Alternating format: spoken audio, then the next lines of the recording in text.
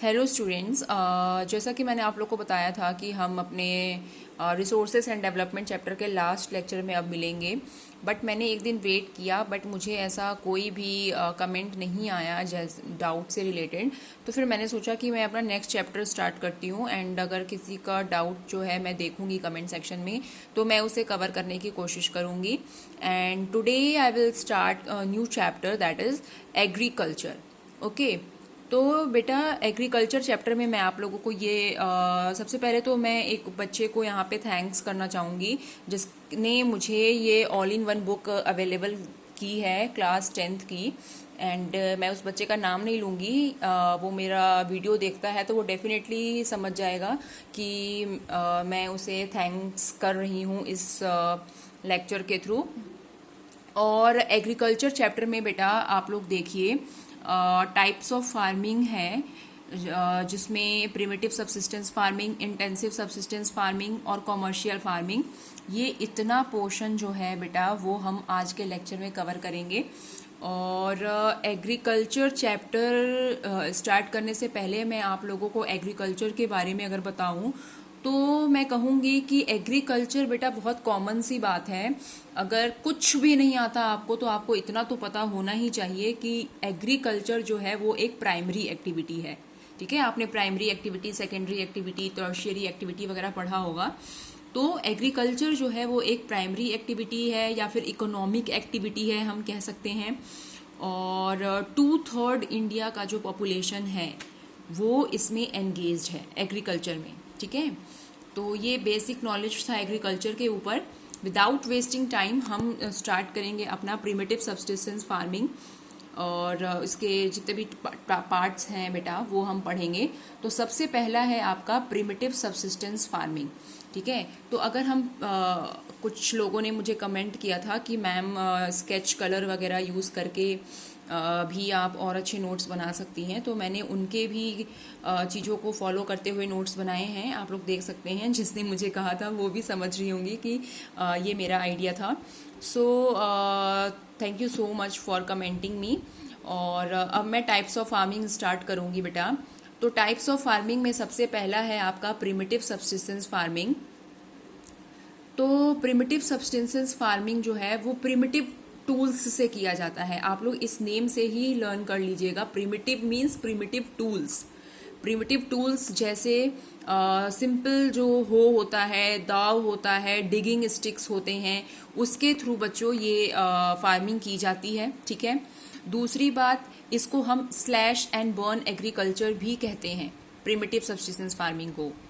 और ये tribal communities के द्वारा किया जाता है।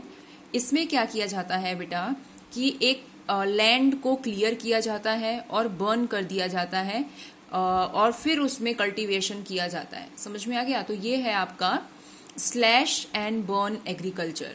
ठीक है, नेम से ही आपको आइडिया लग जाएगा। जरा नेम आप लोग ध्यान से पढ़िएगा तो आपको क्या समझ में आएगा कि लैंड को क्लियर किया जाता है एंड बर्न किया जाता है for cultivation for a few years.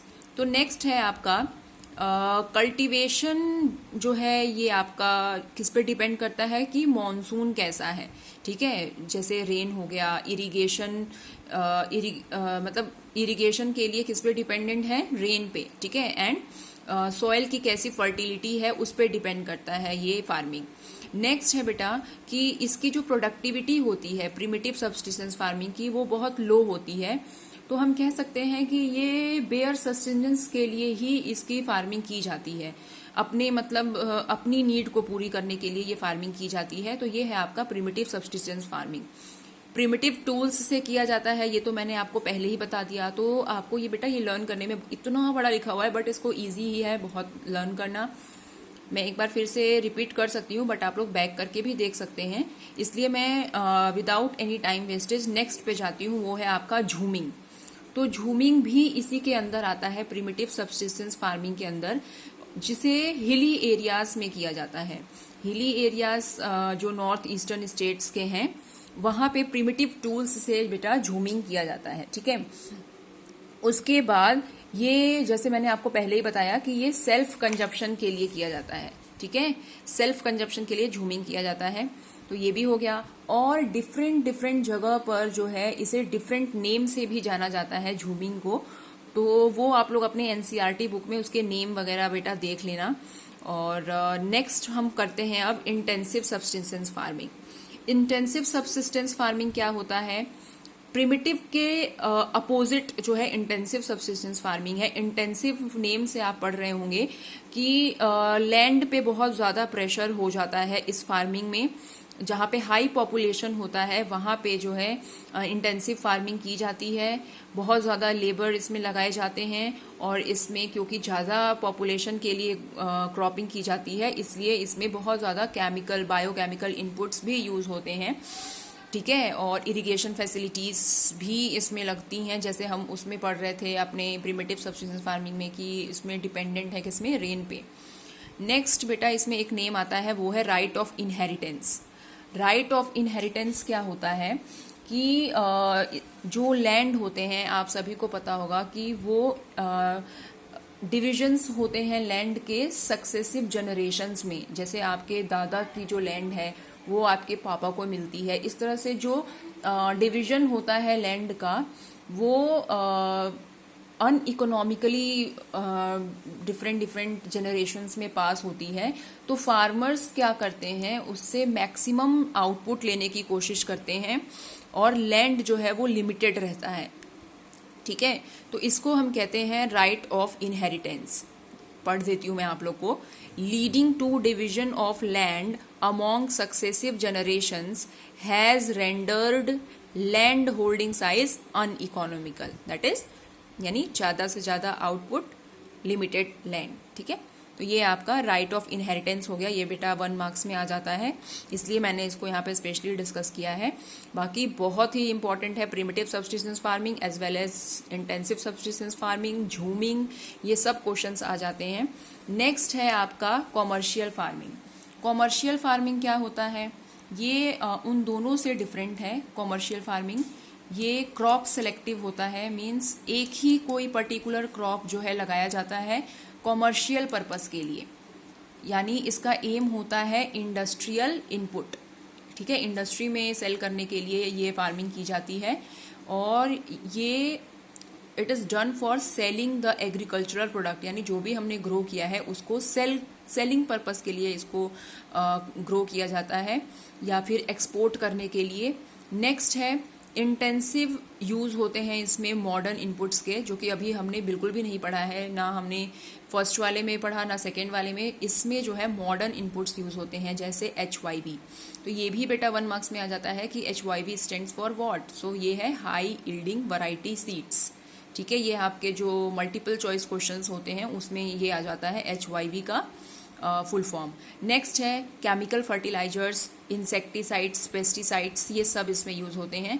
तो सिंपल सी बात है, अगर हम ज़्यादा एक्सपोर्ट पर्पस के लिए कोई चीज़ ग्रो कर रहे हैं तो उसमें हमें ज़्यादा से ज़्यादा चीज़ें यूज़ करनी पड़ेंगी। ये मतलब बहुत ही दिमाग लगाने वाली बात है कि कॉमर्शियल मीन्स कॉमर्शियल पर्पस के लिए ग्रो किया जा रहा है। तो यहाँ पे एक एग्जाम्पल मैं आप लोग को देना चाहूँगी, वो है राइस। राइस जो है बेटा एक कॉमर्शियल क्रॉप है।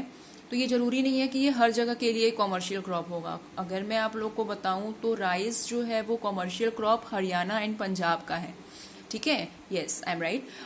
हरियाणा एंड पंजाब के लिए ये एक कॉमर्शियल क्रॉप है, लेकिन उड़ीसा के लिए जो है ये एक सबसिस्टेंस क्रॉप हो जाएगा, ठीक है। मीन्स ओनली वो अपने पर्पस के लिए ही उसको ग्रो करते हैं। तो ये एक इसका बहुत ही अच्छा एग्जाम्पल है, you must write in your exam, okay. Next है आपका प्लांटेशन। प्लांटेशन क्या होता है? ये भी एक पार्ट है या टाइप है कॉमर्शियल फार्मिंग का, और इसमें भी एक सिंगल क्रॉप ग्रो किया जाता है लार्ज एरिया में, और जितने भी प्रोड्यूस यूज़ होते हैं ये मतलब as a raw material industry में यूज़ किया जाता है। मींस जो भी प्लांटेशन हम करते हैं जिस भी पर्टिकुलर प्रोडक्ट का या किसी भी क्रॉप का, उसको हम as a raw material industry में यूज़ करते हैं। समझ में आ गया?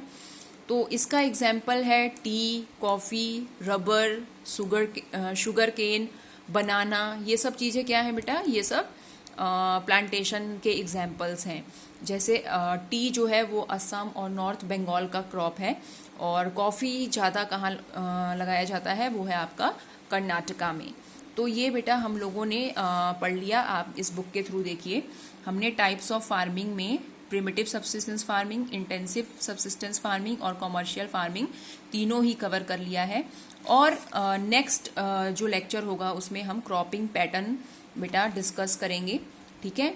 तो अगर इतना आप लोगों को नहीं समझ में आया है तो मैं नेक्स्ट लेक्चर में आप लोगों के लिए इसे रिपीट भी कर सकती हूँ। आप लोग कमेंट सेक्शन में लिखिए, मैं डेफिनेटली आपको क्लियर करने की कोशिश करूँगी। क्योंकि ये क्वेश्चंस बहुत ही ज़्यादा इम्पॉर्टेंट हैं।